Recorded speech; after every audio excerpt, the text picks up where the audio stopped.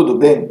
Meu nome é Júlio Maximansky, eu sou advogado na HMP Advocacia e o tema que eu trouxe para nós discutirmos hoje é o porquê tem tantas empresas pedindo recuperação judicial. Isso porque só neste ano, no primeiro trimestre, nós identificamos empresas de grande renome buscando esse benefício, como o caso da Americanas, que foi o mais badalado desde o começo desse ano, mas logo na sequência tivemos a Oi também pedindo uma segunda recuperação judicial. Temos também a DOC Calçados, que é a conhecida Ortopé, entre tantas outras que estão pipocando no Brasil inteiro. O próprio Serasa Experian já apresentou nos seus indicadores um aumento de mais de 40% no número de pedidos de recuperação nesse primeiro trimestre em comparação ao primeiro trimestre de 2022. Isso significa, em números reais, mais de 300 empresas que apenas nesse primeiro trimestre de 2023 pediram suas recuperações judiciais.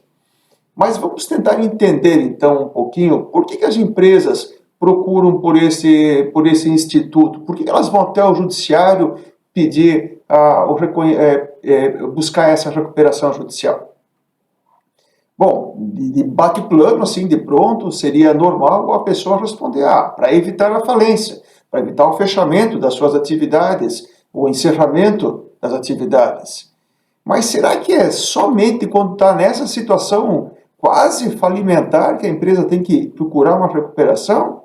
Não. E é isso que é o objetivo desse vídeo, é justamente demonstrar que o caminho da recuperação é justamente muito antes desse estado falimentar da empresa. É muito antes de chegar, é justamente para evitar chegar nesse momento. Tá? E, então, tratando até bem objetivamente, a própria lei de recuperação judicial, ela escreve qual que é a finalidade da recuperação. Tá? Essa lei tem qual finalidade para a empresa? Então, até vou me socorrer um pouquinho do texto aqui, porque essa é bem uma parte que consta da lei mesmo, mas é bem explicativo. A lei estabelece que o principal objetivo da recuperação judicial é viabilizar a superação da situação da crise econômico-financeira pela qual a empresa está passando, com qual finalidade? Permitir a manutenção da fonte produtora, o emprego dos trabalhadores e o interesse dos credores. Promovendo assim o quê? Promovendo a preservação da empresa, a função social e o estímulo à atividade econômica. Então, de uma forma macro, é o que a lei estabelece como sendo o principal objetivo de uma recuperação judicial. Então, a recuperação judicial, ao contrário do que se estabelece legalmente, não é um calote institucionalizado. É bem o contrário. Qual que é o interesse da sociedade, dos credores, dos trabalhadores, do governo, em ter um prédio parado, abandonado, sem atividade, máquinas sendo sucateadas, se deteriorando, que vão ser vendidas posteriormente num leilão como sucata, ou que o próprio prédio vai estar já em condições que o valor fica ínfimo. Né? São recorrentes os casos de falências onde os trabalhadores recebem poucos valores e os credores demais nem recebem, justamente por essas questões que envolvem uma situação falimentar. Então a recuperação vem fazer o contrário, dá um estímulo para que a empresa continue, que está passando por uma crise econômico-financeira, que ela tenha um estímulo e auxílio para poder reverter a situação. E o que a lei oferece, então, para conseguir fazer essa virada de chave? Bom, como um dos principais objetivos também, um dos principais benefícios da lei de recuperação judicial, ao entrar com um pedido, e o juiz verificar que foram atendidos aos requisitos, uma vez que o juiz, então, aceita o processamento da recuperação, ele determina a suspensão das execuções judiciais. Isso para a empresa já é um grande alívio, porque no dia a dia, quando ela está com problemas financeiros e com ações em andamento, ela está sempre com risco de penhora das suas máquinas, de venda em leilão, do seu estabelecimento fabril, das contas bancárias, né? O famoso bloqueio das contas bancárias, que é muitas vezes no próprio dia de pagamento dos colaboradores, dia de pagamento de tributos, de fornecedores, eu tenho as contas bloqueadas por 1, 2, 3, 5 dias, e acabo não dispondo dos recursos para cumprir com as minhas obrigações. Então, esse é um dos benefícios onde ocorre a suspensão das execuções. Todas as execuções são suspensas? Não, nem todas. Execuções tributárias, aquelas decorrentes de contratos de câmbio, de alienação fiduciária, de leasing, essas não são suspensas. Porém, a gente já vê na sequência que outros benefícios nós temos que amenizam essa situação. Bom, falei que as dívidas tributárias, então, elas não são suspensas, as execuções. Porém, existem benefícios tributários para as empresas que estão em recuperação judicial.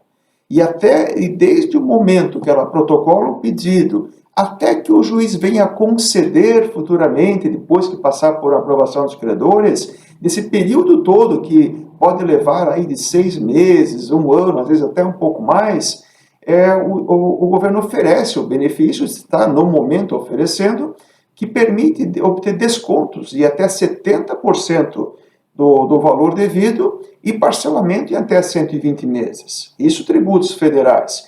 E enquanto você estiver negociando esse acordo, estiver numa fase de formalização desse acordo, que é tudo informatizado, as execuções ficam suspensas. Então, as execuções fiscais, elas ficam suspensas indiretamente pelo pedido de recuperação judicial. Ou seja, pede o pedido, o juiz da recuperação não pode suspender, mas permite que você procure aderir aos programas que o governo oferece e, com isso, então, são suspensas as execuções fiscais.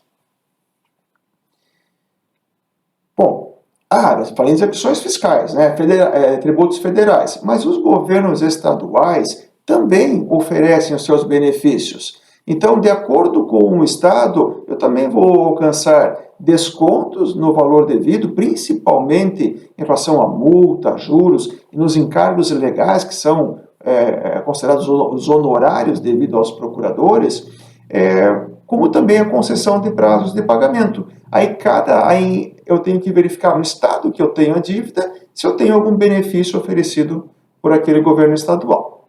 Tá? Bom, mas eu disse que o juiz, quando ele aceita o pedido de recuperação, ele suspende quase todas as execuções, com exceção das tributárias, que nós já vimos que dá para suspender pela realização de um acordo com o governo federal ou com os governos estaduais, e disse também que não suspende no caso os contratos de câmbio, de leasing e de alienação fiduciária. Porém, um outro benefício que a lei traz é que, enquanto a empresa estiver num período de negociação coletiva, que vai desde quando? Que vai desde o momento que ela protocola o pedido, até que o juiz venha conceder a recuperação, e nesse meio tempo eu tenho o quê? Eu tenho a apresentação de um plano de reestruturação, eu tenho o prazo que os credores têm para verificarem se os seus créditos estão devidamente lançados. Eles vão poder apresentar as suas sugestões também de alterações do plano. É marcada uma assembleia para que os credores possam decidir em conjunto se aceitam ou não aceitam aquela proposta, e uma vez aceita, então vai para o juiz conceder. Durante todo esse período, os bens essenciais à atividade, mesmo que garantido por contratos de leasing, por contratos de alienação fiduciária, que são exemplos de veículos, de máquinas, de imóveis, esses bens essenciais à atividade, eles não podem ser retirados da empresa.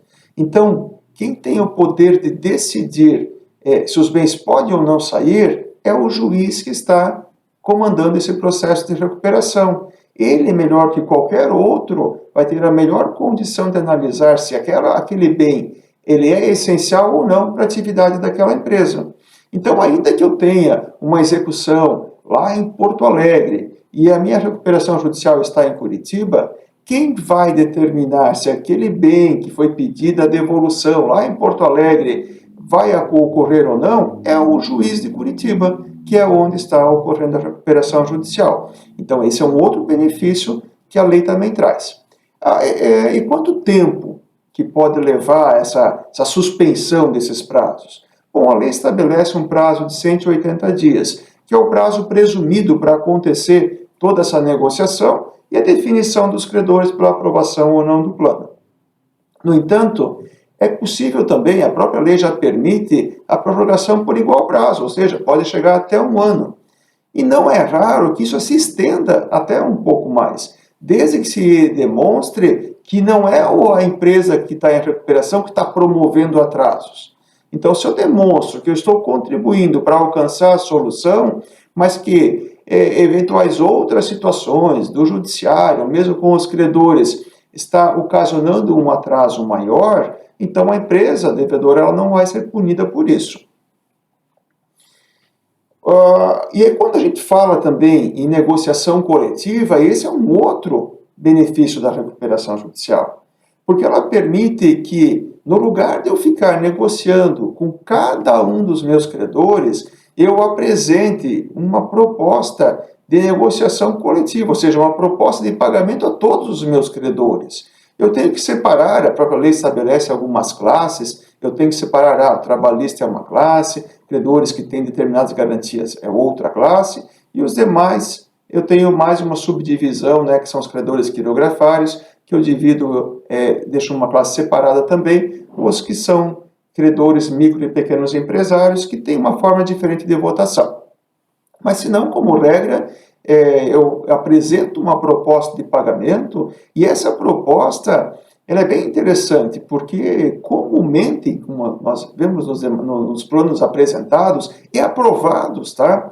É que nós temos o quê? Nós temos carências para começar o pagamento, que pode ser de 1 ano, 2 anos, 3 anos, até prazos superiores para começar os pagamentos, com exceção dos débitos trabalhistas. Os débitos trabalhistas, eles devem ser pagos num período menor que a própria lei estabelece. Mas os demais credores, eu posso pagar nas condições que eles aceitarem. Então, eu posso estabelecer carência de 2, 3 anos para começar a pagar. Eu posso estabelecer deságio, que são os descontos, de 20, 30, 50, 70, 80% do meu endividamento. E ainda pagar esse valor em 5 anos, 10 anos, 15 anos, até mesmo 20 anos. Muitos planos têm tido aprovação. Mas, puxa, se é tão bom assim, né? Por que os credores aceitam? Na verdade, eu não preciso da aprovação de todos os credores. O que se busca, o que se tem numa recuperação judicial é que, quando 50% mais um, né? Então, a maioria dos credores, 50,1%, quando eles aprovam o plano, todos os demais, mesmo aqueles que não compareceram na Assembleia, ou mesmo aqueles que não se manifestaram, ou aqueles que se manifestaram contrários à aprovação, a minoria, então, fica sujeita à decisão da maioria. Existe uma regra que determina o que corresponde à maioria. Não é só o número de credores, é também o valor que eles têm de crédito, tá? Então, observadas essas regras, se a maioria dos credores aprovarem a tua proposta de pagamento, vai ser encaminhado para o juiz, e ele, uma vez confirmado que seguiu o rito legal, que você parcelou teus débitos tributários, então ele vai conceder a recuperação, tá? Mas, veja, é só isso? Não, tem mais um outro benefício muito interessante da recuperação judicial, que muitas vezes as empresas elas têm patrimônio que elas não estão mais usando. Então, eu posso ter uma recreativa, eu posso ter um imóvel que eu peguei na dívida de um outro devedor da minha empresa, que eu comprei para investimento, mas não estou usando. Então, eu posso colocar esses imóveis à venda, e uma vez que o comprador adquire através de uma recuperação judicial, ou seja, uma vez que os credores aprovaram, o juiz autorizou, então uma vez que ele compra num procedimento de recuperação judicial, ele compra esse imóvel limpo, esse imóvel ou bem limpo de restrições. Então ele não vai responder por dívidas trabalhistas, por dívidas tributárias ou quaisquer outras. Ah, mas já existem penhoras anteriores nesse mesmo imóvel. Não tem problema. Ele é limpo, são canceladas essas penhoras e vendido dessa forma. Então, com uma segurança jurídica para o credor.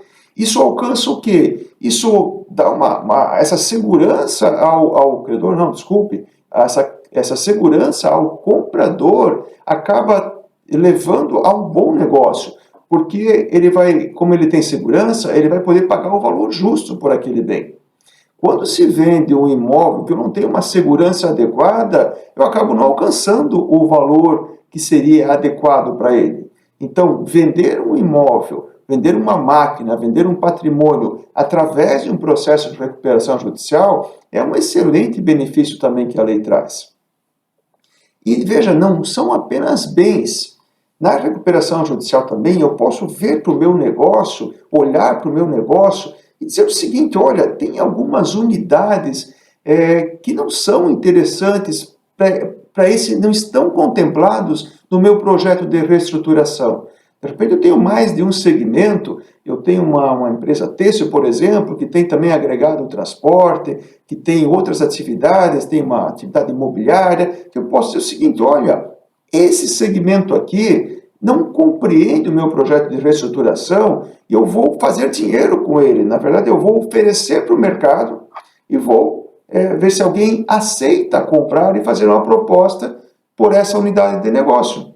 E quem compra, então, essa unidade de negócio, ela acaba também comprando desvinculado de qualquer passado daquela empresa em recuperação. E o que é interessante? Voltando, então, ao caso de uma empresa têxtil, eu posso segmentar a área de costura, a facção, então, e vender a unidade de costura. Ou vender uma unidade de tecelagem, uma unidade de tingimento.